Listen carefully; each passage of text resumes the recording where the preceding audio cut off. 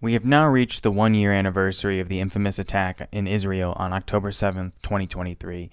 Say what you will about the actions that day, it is irrefutable now.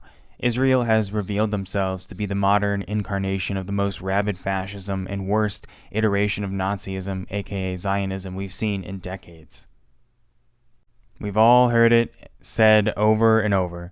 Israel is a settler colonial apartheid state.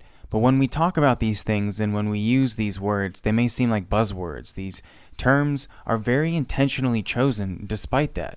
The crimes are unforgivable and the evidence is clear as day. I wish to share and disclose some statistics and other information with you. The official death count has reached 50,000 innocent lives. Well over hundreds of thousands have been injured. Millions have been displaced, and countless elements of culture, olive trees, churches, mosques, schools, hospitals, and other culturally significant sites have been annihilated. Over 56% of the murdered souls are women and children. The internal suggestions as of this moment by official sources state the tally is well over 120,000 dead, and the Gaza Health Ministry, in my opinion, the most reputable source because the Palestinian people are perfectly capable of counting the victims of this genocide, stated their expected current toll is 180,000 dead.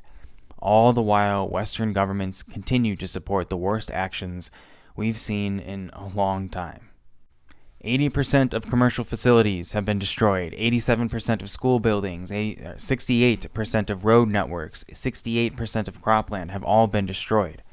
Don't forget, Gazans live in the most densely populated area of the world, with over 97% of their water supply is undrinkable, for example, living under a more than 11-year blockade in a concentration camp.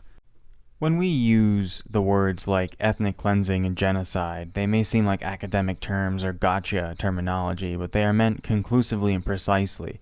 When you look at the footage, when you look at the evidence, you come to the natural conclusion that this is in fact ethnic cleansing, genocide, cultural erasure, and other terrible forces at play. These aren't meant to lie or confuse you.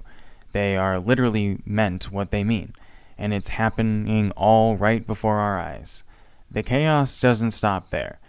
Israel killed the premier negotiation person for a permanent ceasefire, Saeed Hassan Nasrallah. Israel committed 2 mass terrorist attacks using exploding pagers in Beirut and Greater Lebanon, killing dozens of Lebanese people. Israel has killed over 1,600 Lebanese people in bombing efforts, and they have also begun their ground invasion in addition to the constant air attacks.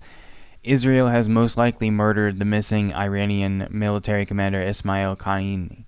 I think I'm pronouncing that right. It's Ismail Qaani. Qaani? I'm way too white to get these right, and I apologize. Esmailqaani. Found him. And over 60% of Gazans have lost family members. As of way back in July, over 125 Palestinian journalists have been murdered. Dozens of aid workers have been killed, including the World Central Kitchen martyrs. While the future may seem grim, there's important information to keep in mind. The first thing you should know, Benjamin Netanyahu is scared to the bone. His hands were caught quivering in a recent speech a few days ago, and the fear is right on his face.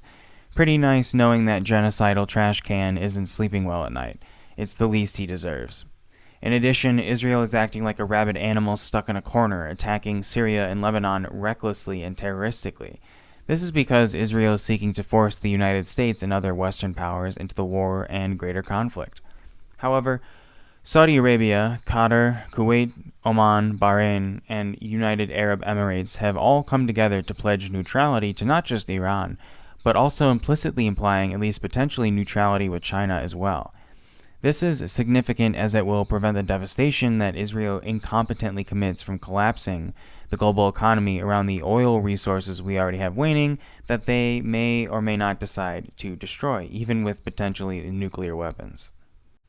The geopolitical interests of America are flying out the window with the funds we dump into the drain of Israel. Their military impotence is seen daily, and the unsustainability of Israel will soon ask for its price. Please keep fighting. Please don't forget about the terrible tragedy unfolding before our eyes that won't stop. Never give in to despair. Expect things to get worse before things get better.